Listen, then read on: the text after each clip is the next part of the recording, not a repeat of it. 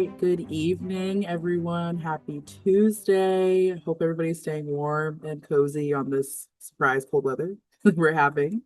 My name is Chloe Green. I am the Public Programs and Outreach Manager here for the Maryland Center for History and Culture. And I want to say good evening and welcome you all to our virtual program, Guiding the Bay, a pilot's view of Maryland's maritime history. This program is being recorded and it will be made available for public viewing on our virtual program archive in the weeks following, and that link will be shared in the chat in just a little bit.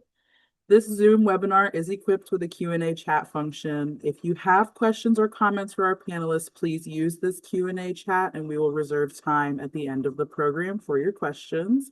I imagine we'll get a lot today. And I'm going to go ahead and get our program started by welcoming our moderator for the evening. And I am very honored to welcome such an accomplished and knowledgeable young man. And for the sake of time, I will be sharing a very condensed bio for our speaker, but please know we are only scratching the surface of his accomplishments. So I'd love to give a warm welcome to moderator Pete Lesher, and Pete will pop up on screen with me whenever he feels ready.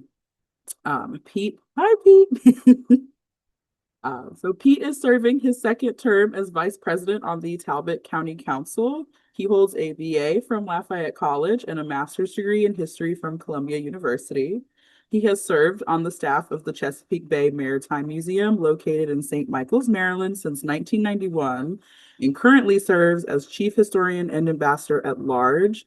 And Pete is also a member of the Maryland Center for History and Culture's Maritime Committee, who we thank for inspiring and putting together this incredible lecture tonight and bringing in our highlighted speaker. So thank you so much, Pete, for spending some of your Tuesday evening with us. I'm going to leave the event to you and our guest speaker. And yes, hope you all enjoy the conversation.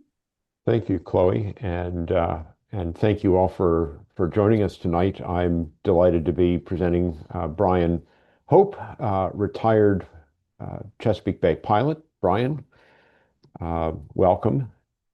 We want to turn Brian's screen and sound on. Brian has been around the sea for a long time and has a great background. Let's bring Brian on up. Brian, welcome. And all right, and we need to unmute you.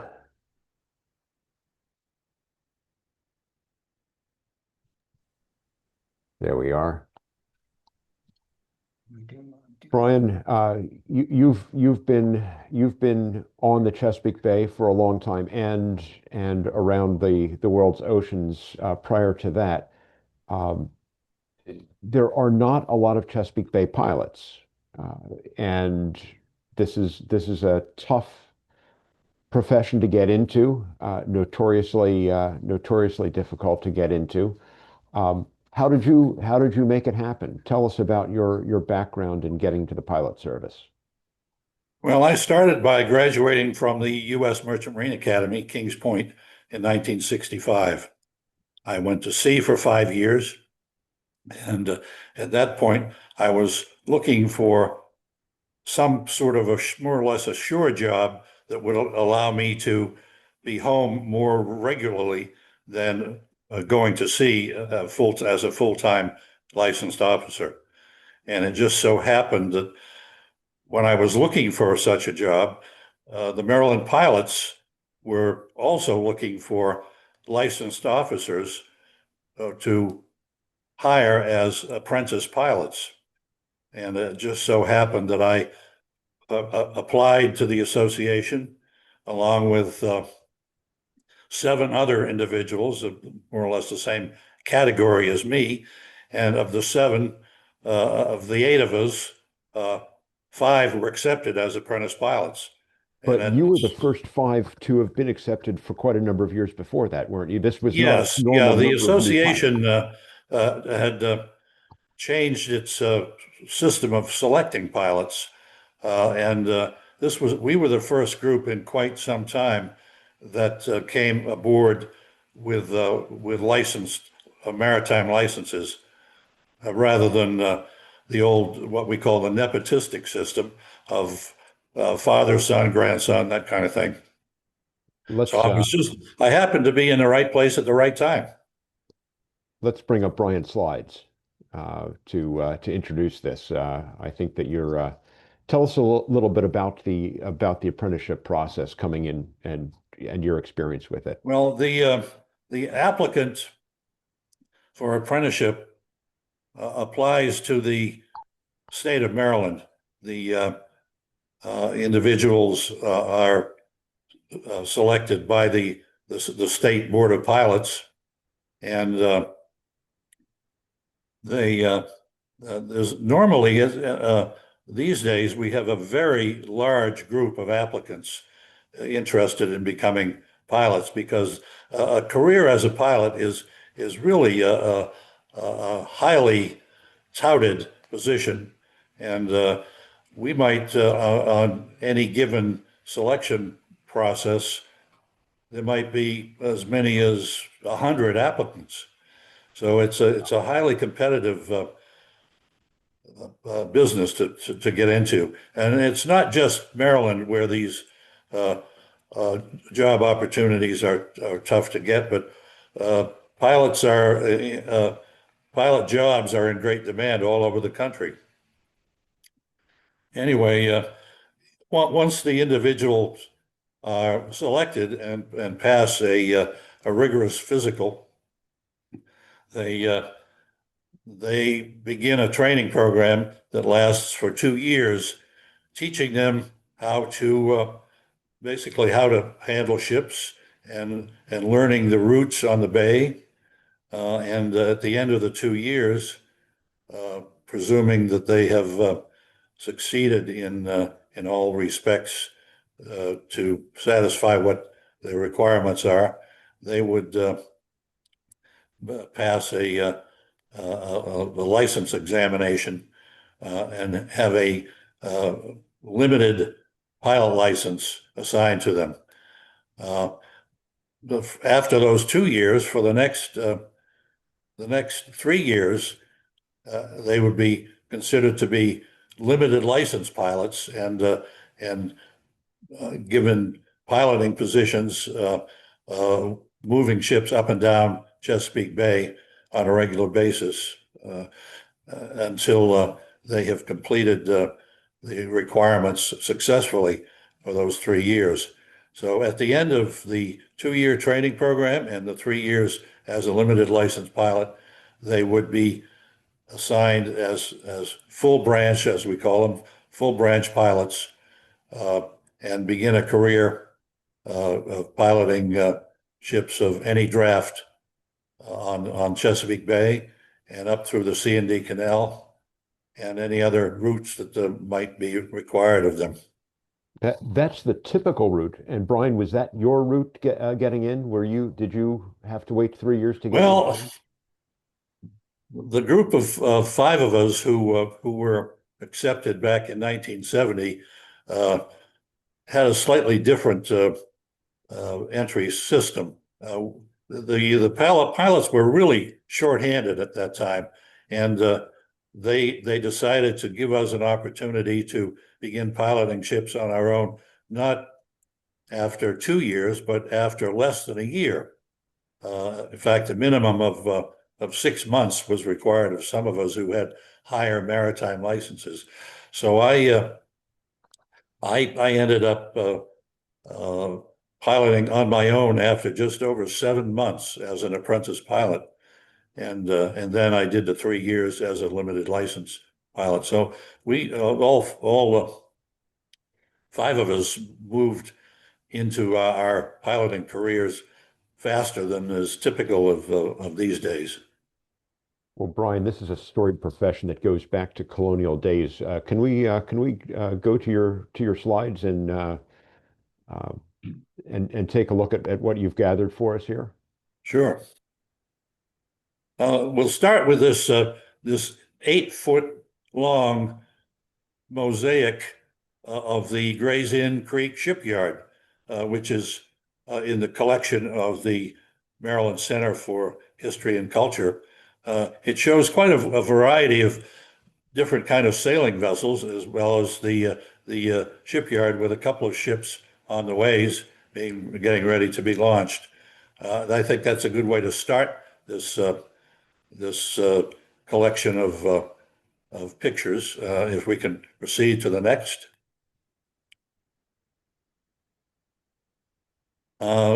Most all of the pilot vessels, sailing pilot vessels that operated on the bay were schooners. And this particular one, Mary of Norfolk, was actually a Virginia pilot boat.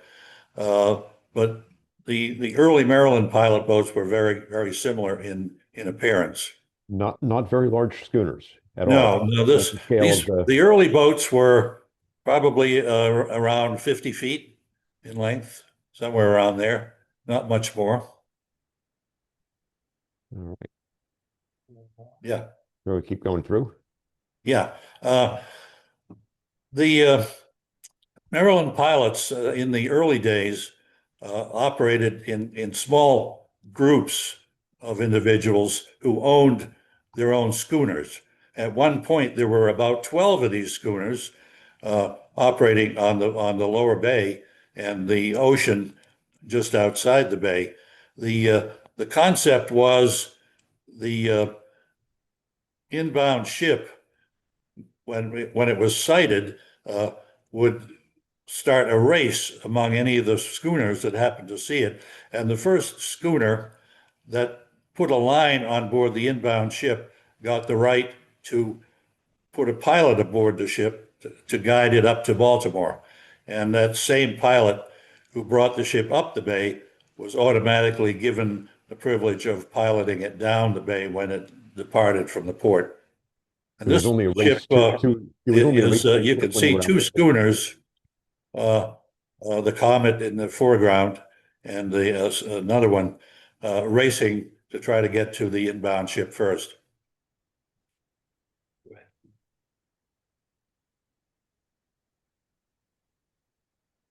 This is an interesting painting. It depicts several individuals standing on the overturned hull of a vessel, and the pilot's schooner, the Coquette, from which they rowed over, is in the background. And it turned out that these guys heard the cries of the crew members of this vessel that were trapped under the hull after she capsized in a storm.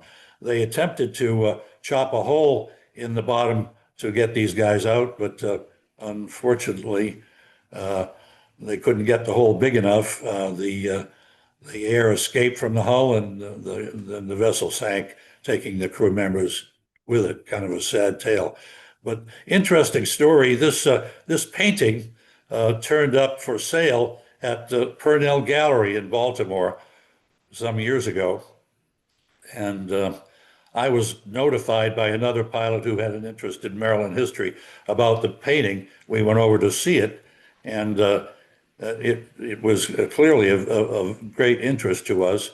We knew that the association would not be in the position to be buying paintings to hang in the office, but we got 10 pilots together who contributed money to purchase the painting, and we donated it to the Maryland Historical Society.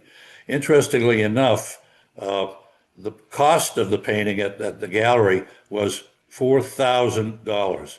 So each of the 10 of us contributed $400 to purchase the painting.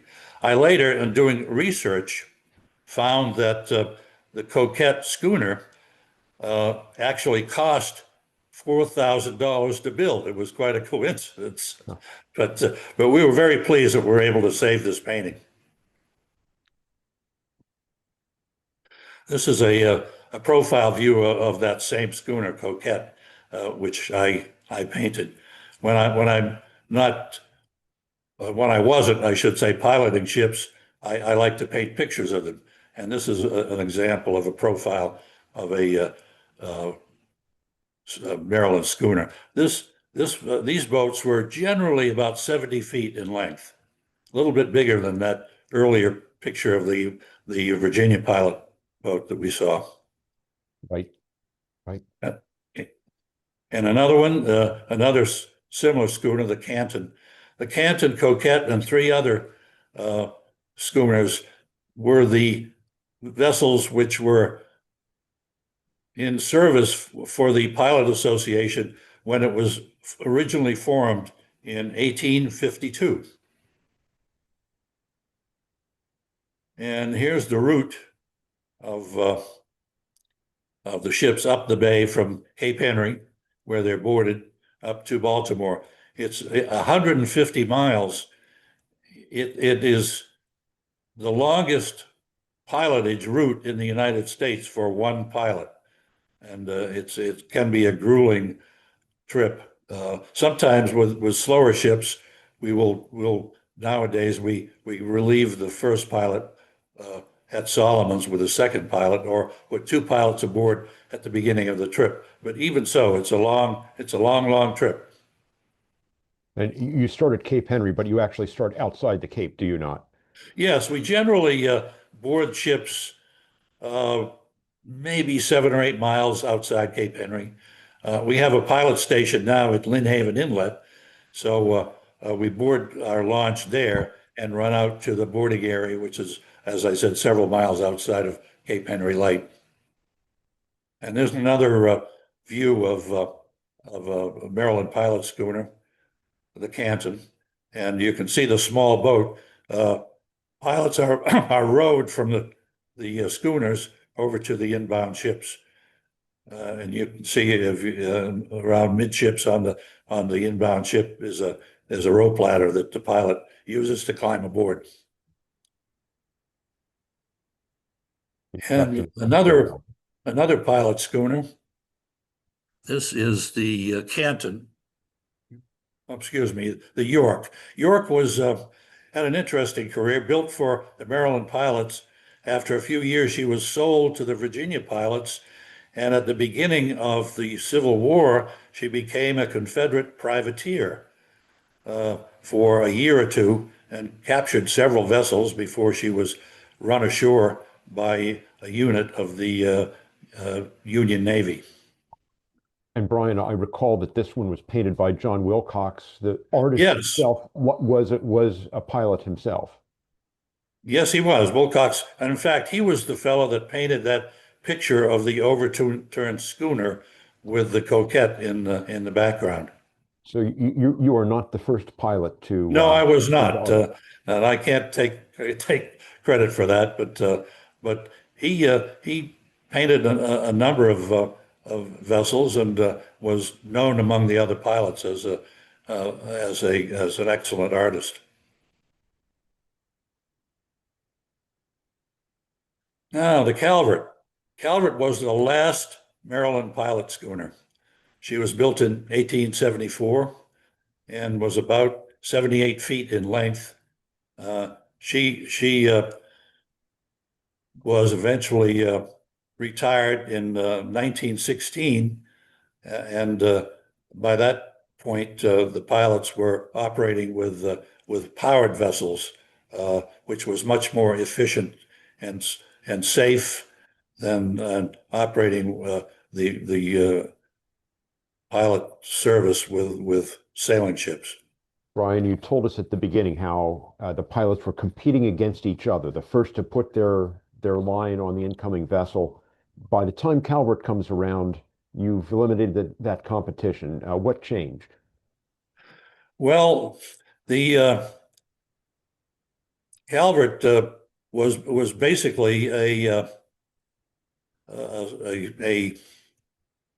auxiliary vessel for a good part of her career.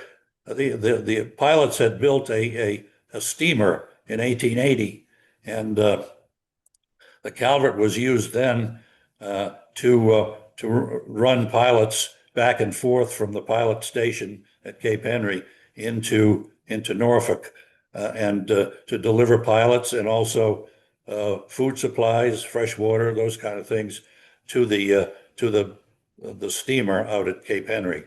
So by this time, they're all working together as an association. Yes, yeah. 1852, was the founding of the Pilot Association as it exists today. One of the very first pilot associations that covered the entire port. It was a unique situation, and it turned out to be very successful.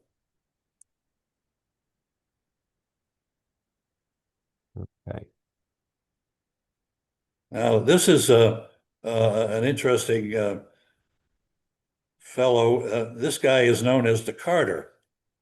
His job was to cart pilots and their luggage from the pilot office. If you look behind the cart or the wagon, you can see just on the window, a glass window, it says pilot's office.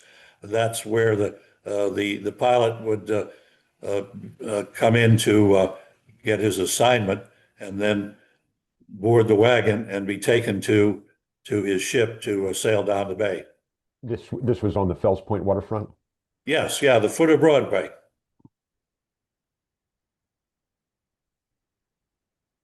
Of course, in those early days, the pilots were rowed back and forth from the ships, and this is an example of one of the yawl boats being hoisted up onto the deck of the large pilot boat. You say in the past, but looking at their clothing, that probably isn't quite so far in the past. That's Well, I suppose not.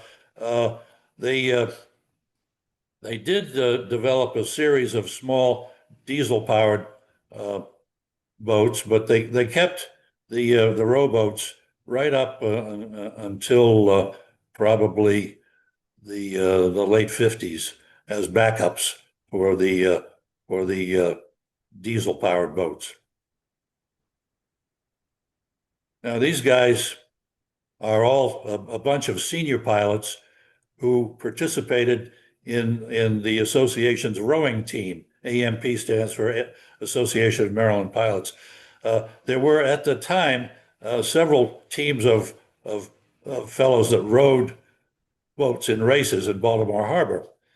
And you can imagine that these guys had spent years and years rowing boats, and they almost never lost a race because they were really, really tough guys that could row like mad. Now, the pilot's connection to the shore at that time was through a rowboat.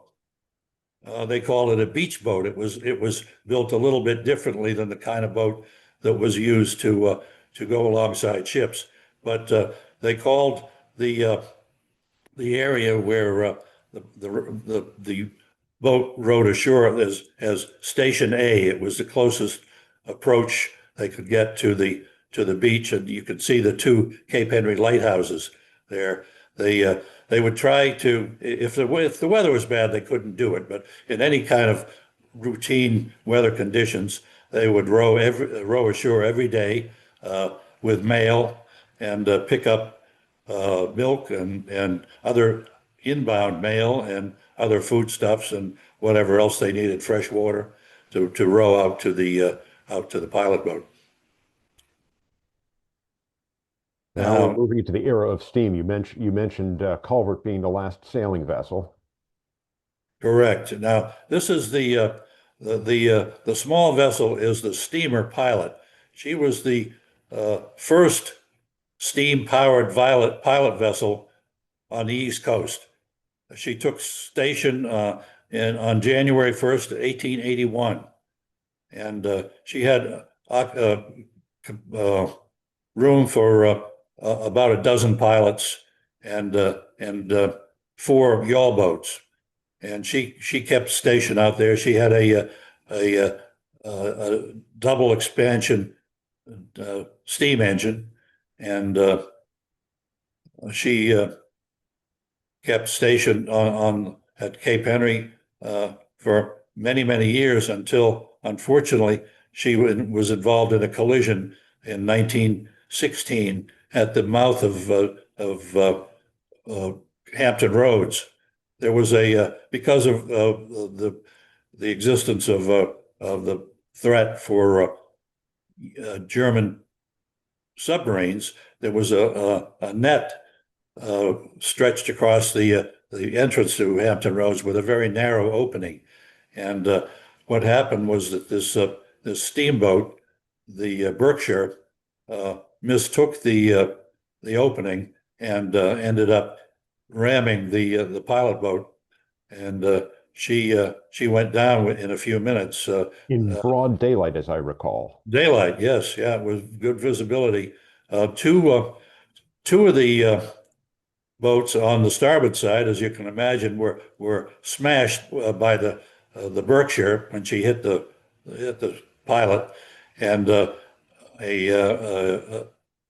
fireman from down below ran up and in a panic cut the falls of one of the other boats, and it crashed down useless into the water. So they only had one of these small boats left, and they piled about 10 guys, the entire crew, into the boat and rowed away just about the time when the pilot went down.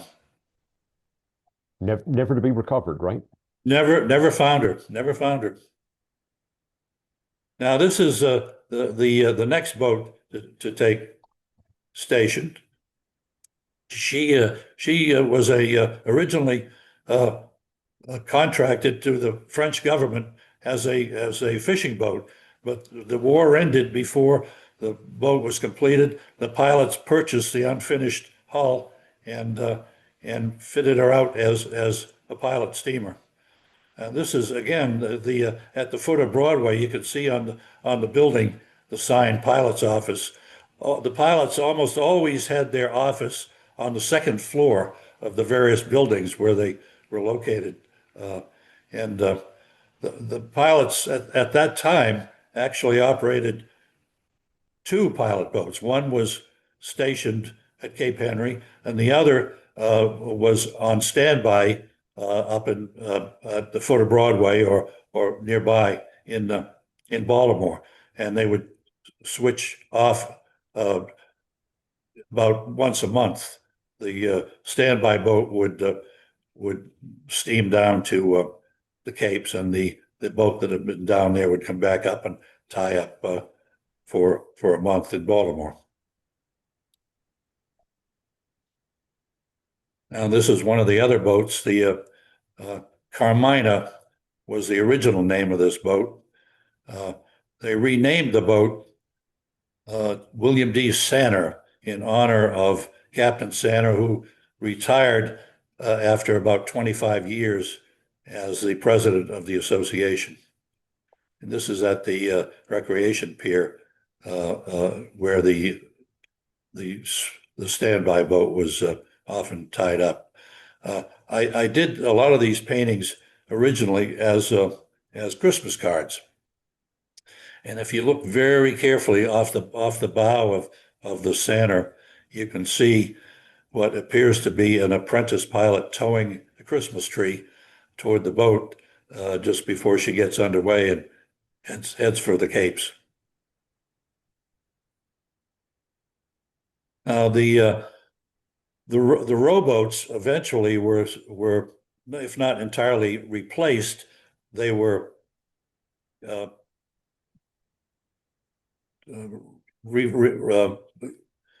used on a much less schedule with these wooden boats. They were about 25 feet long. They were powered by a four-cylinder gray marine diesel. They could make about 8 knots. They were pretty seaworthy boats. They were built on the Eastern Shore, 4 of them, and served many years as boats at the pilot station at Cape Henry.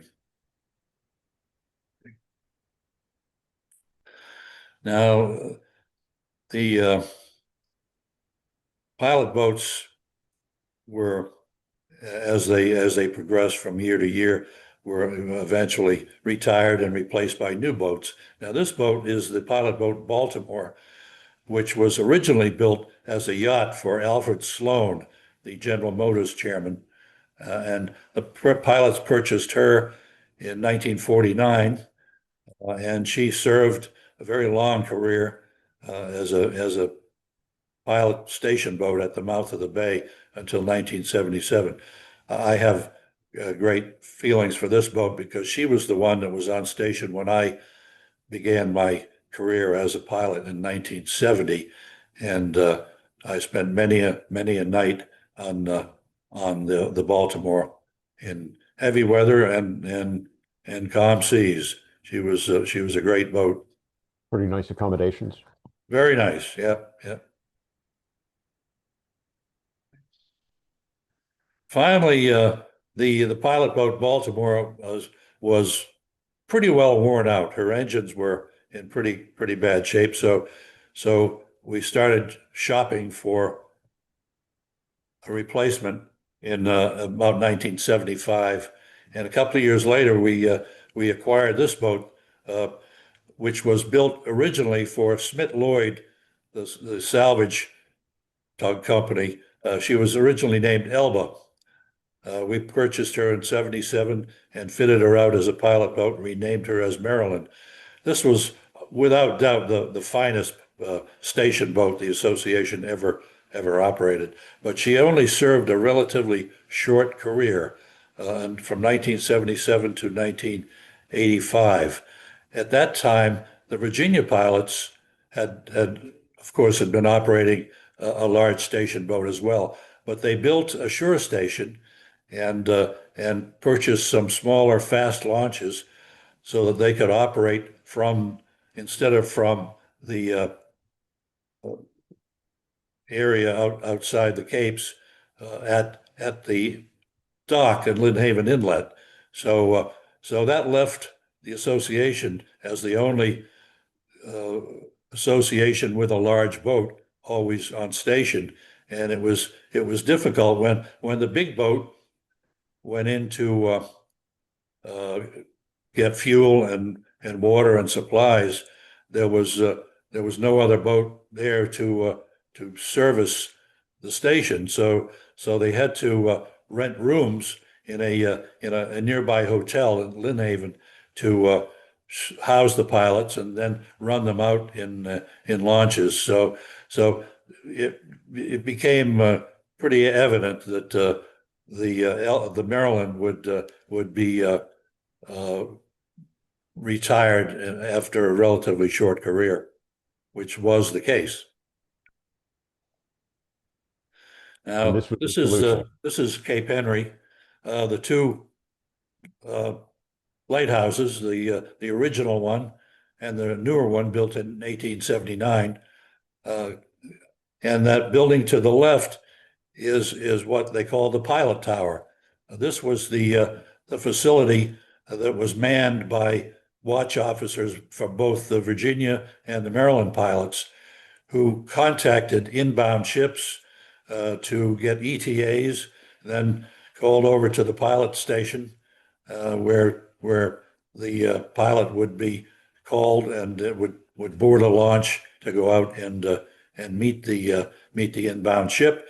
And when ships were outbound from either Norfolk or Baltimore, the pilot, when he was about an hour or so away from Cape Henry, would call the tower to notify them of his ETA, and they would get the launch underway to go out and pick him up, take him ashore, and the ship would steam out of the bay and on her way. All right.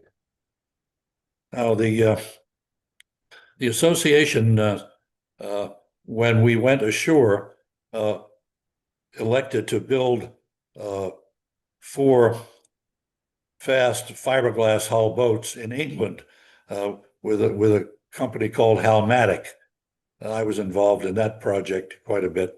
And these were 44-foot boats, twin screw Volvo engines, and they could make 25 knots or so in halfway decent weather. And this painting pictures the Maryland, which was the first of the 4 boats of that class to be put into service, steaming out toward an Atlantic container line ship to put a pilot aboard. And another of the Halmatic boats, the Calvert, when the association decided to build a shore station halfway up the bay to relieve pilots on slow ships, one of the boats, the Calvert, was appropriately assigned to that station, and this is a good shot of her running along at full speed. Interesting. We're looking at a day's work for the pilots. Yeah, this picture depicts this is a Liberty ship that the pilot is attempting to get aboard, and the two guys in the rowboat are pulling the boat, attempting at least to pull away so they don't get smashed against the side of the ship.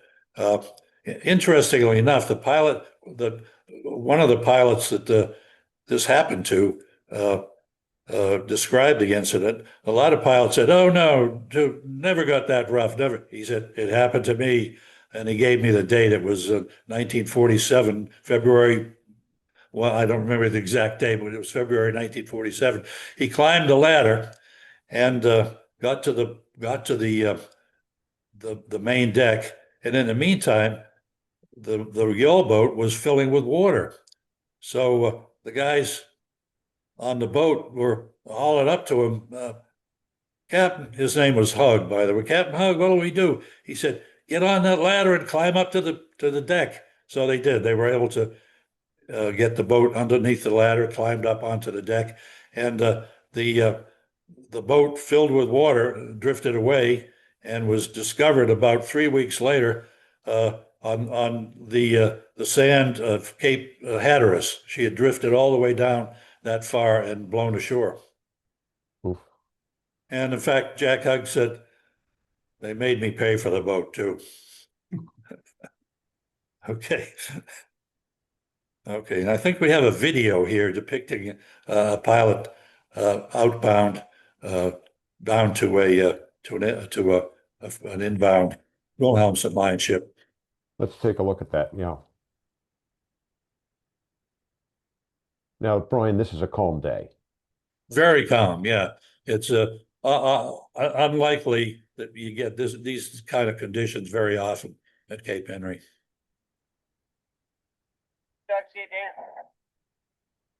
Boats alongside now. Now, this is a typical rig with a very high-sided ship. It's a short length of ladder that the pilot climbs to and again steps onto the accommodation ladder and walks up to the deck like just climbing a flight of stairs. This pilot, Bill Band, had a camera attached to a helmet he was wearing, so we get to see what it looks like from the pilot's point of view of getting aboard the ship. So long climb, even though it's an angular climb, it can be quite a hike up to the main deck there. Now here's another shot, somewhat heavier seas of pilot launch alongside. They have to pull the ladder away from the side so it isn't crushed by the ship banging, the pilot launch banging against the side of the ship. And there goes the other pilot. That stripe, the white and red stripe, is painted there to give the launch operator a location as to where the pilot ladder would be lowered. White and red are the condition. Those are the colors of the pilot flag. Now, after a few years with the Halmatic boats, we decided to purchase some larger boats that were more similar to the Virginia pilots' boats. These were 53-foot aluminum hull boats built by Gladding Hearn up in Massachusetts.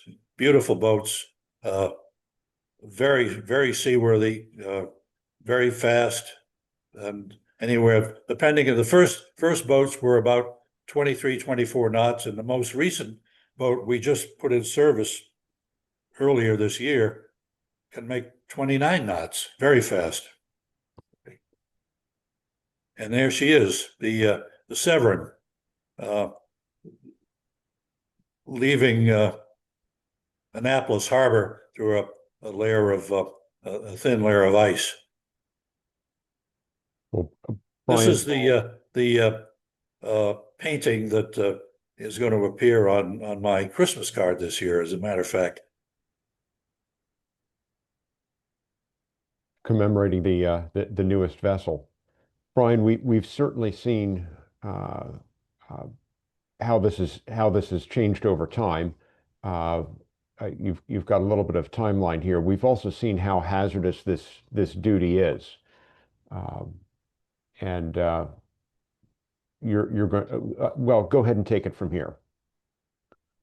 Well, that's true. We have a display board in the pilot office, and in the books that I've written about the pilots, which lists the pilots who have lost their lives in the business. Unfortunately we've lost about one pilot every 8 years or so, and this is one fellow,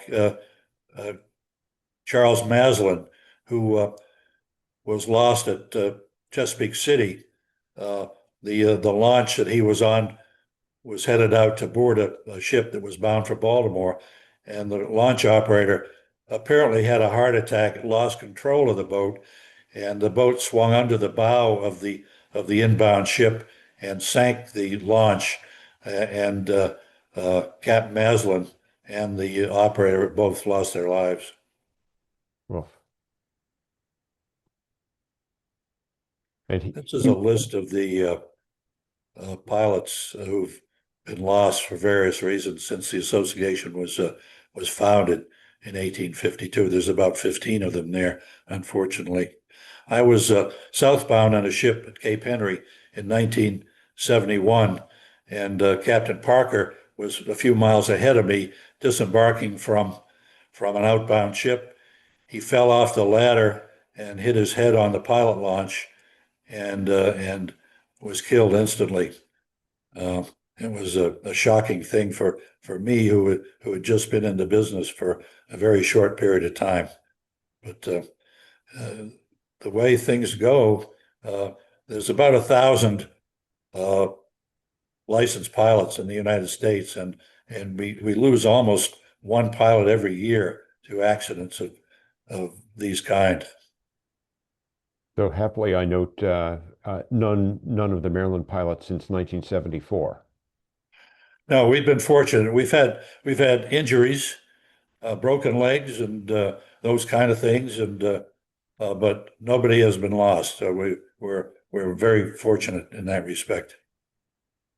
Well, Brian, you've given us a great overview here, but the questions are pouring in, and without asking you further questions myself, I really want to turn it over to some of those who are participating. One of we got a question that came in when you were showing the pilot number one getting run down by the Merchants and Miners steamer Berkshire down off of Hampton Roads, off of Point Comfort. The question was the Berkshire, which of course was going between ports on the East Coast, was the Berkshire carrying a pilot when she ran down the pilot boat?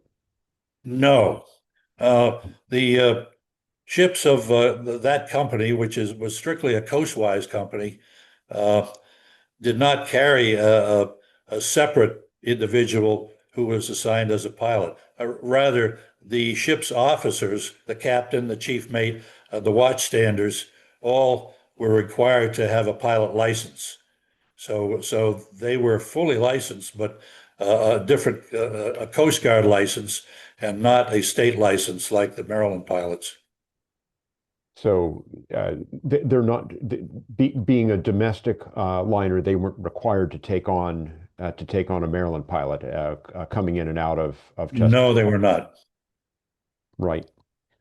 Um, a couple of people have asked about your artwork and have referenced it. You've spoken about your Christmas cards, but that's not the only place your artwork shows up in the association. Can you talk about how the pilots have made use of your artwork?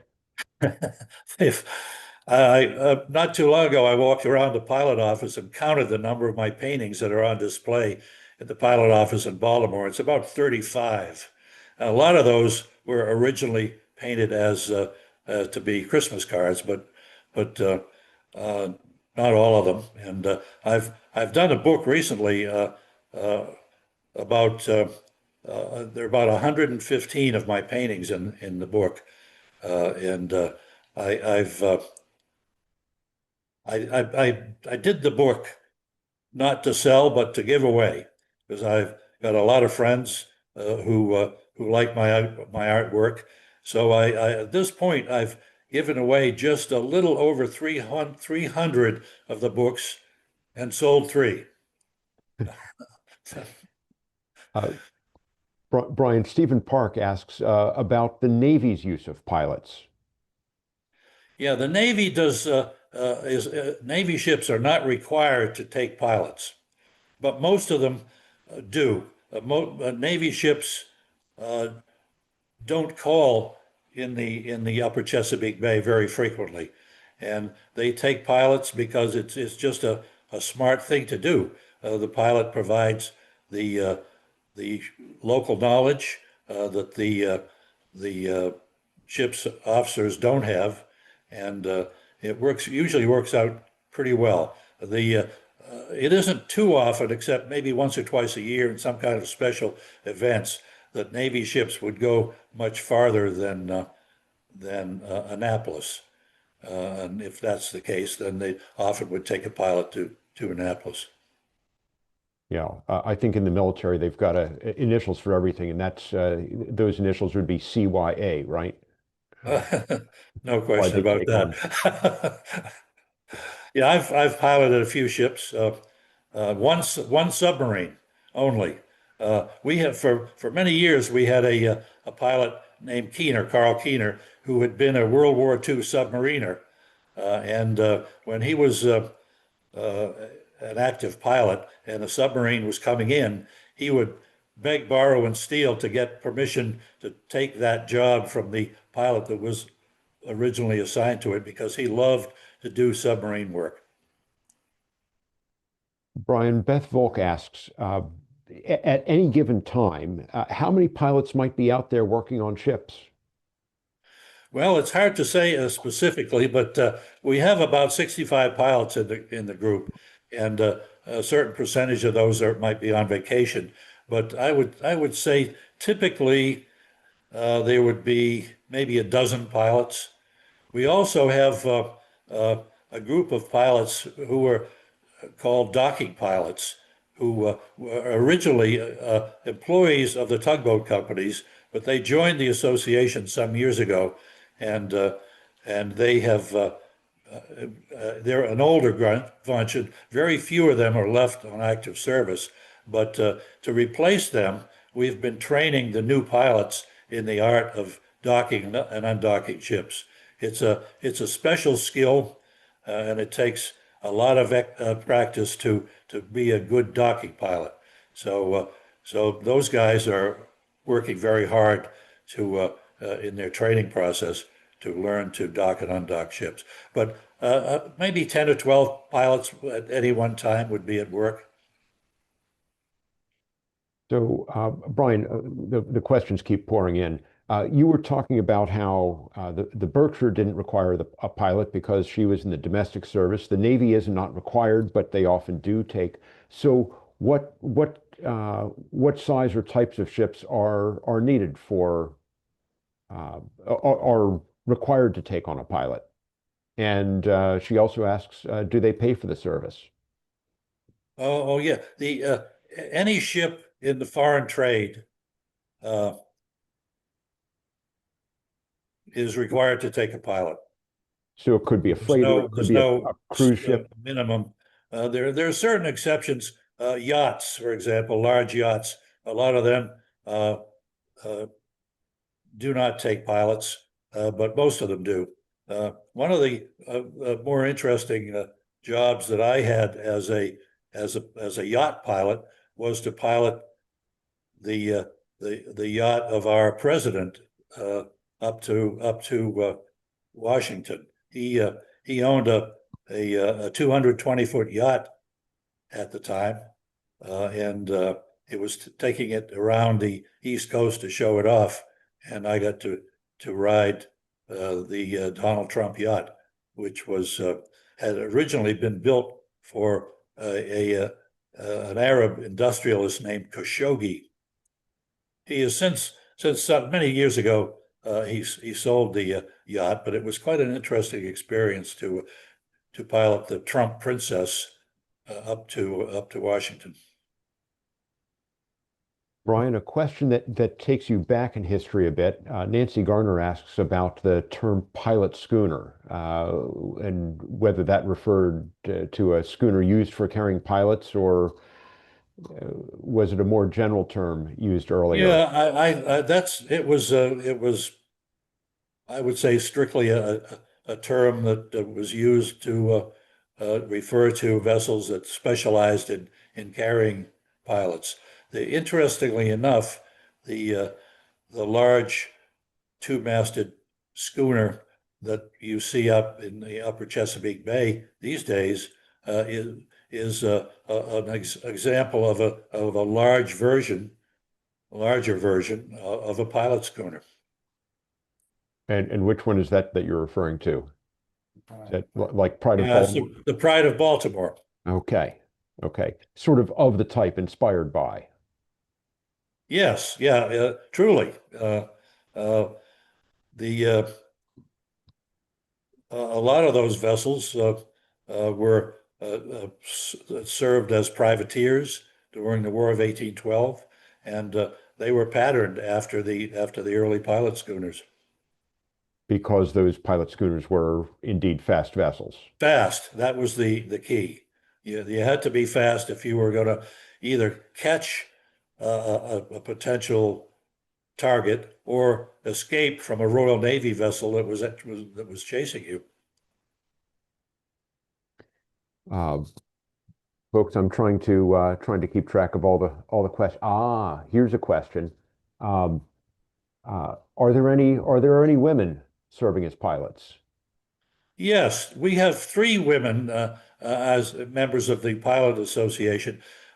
Two are graduates of the New York State Maritime College, Fort Schuyler, and one is a graduate of the U.S. Merchant Marine Academy, Kings Point.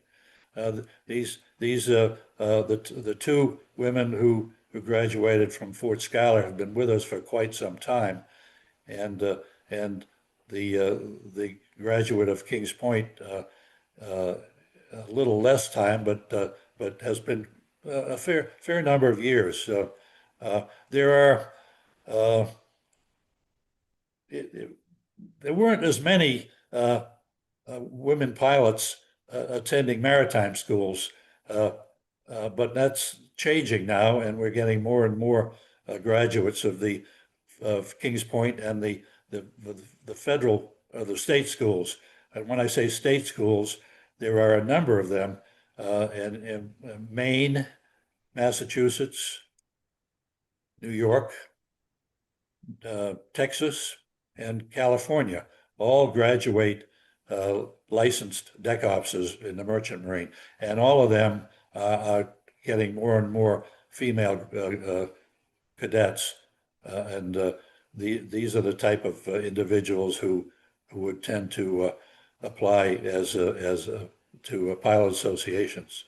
So there are more and more women pilots in the United States now than there ever had been. All right.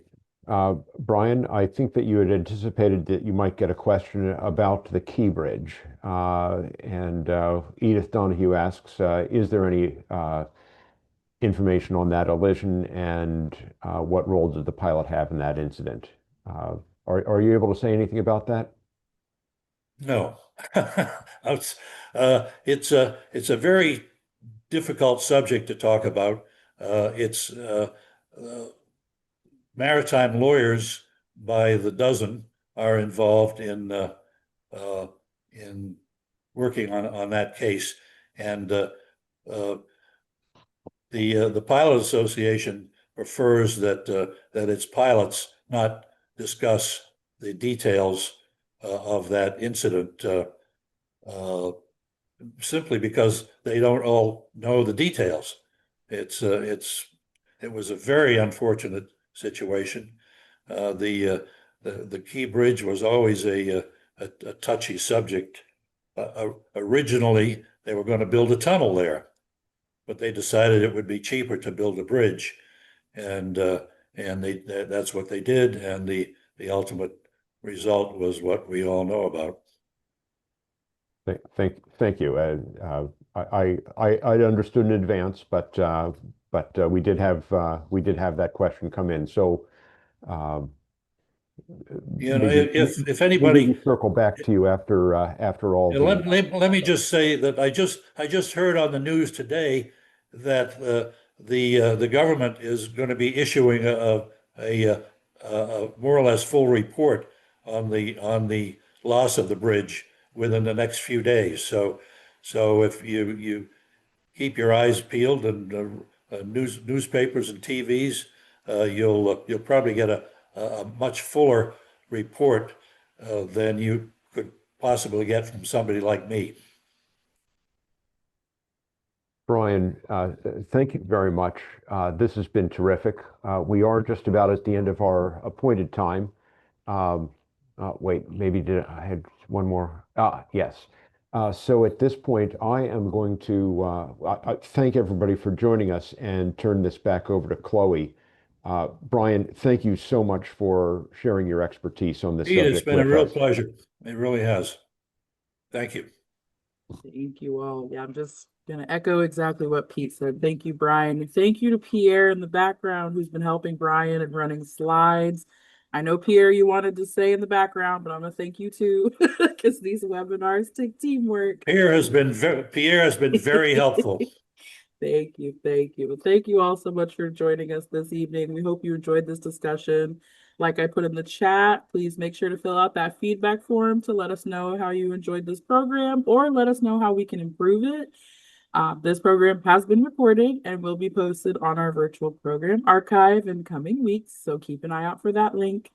And we would love to see you at more fall 2025 programs, and soon to be launched in the next month, 2026 programs.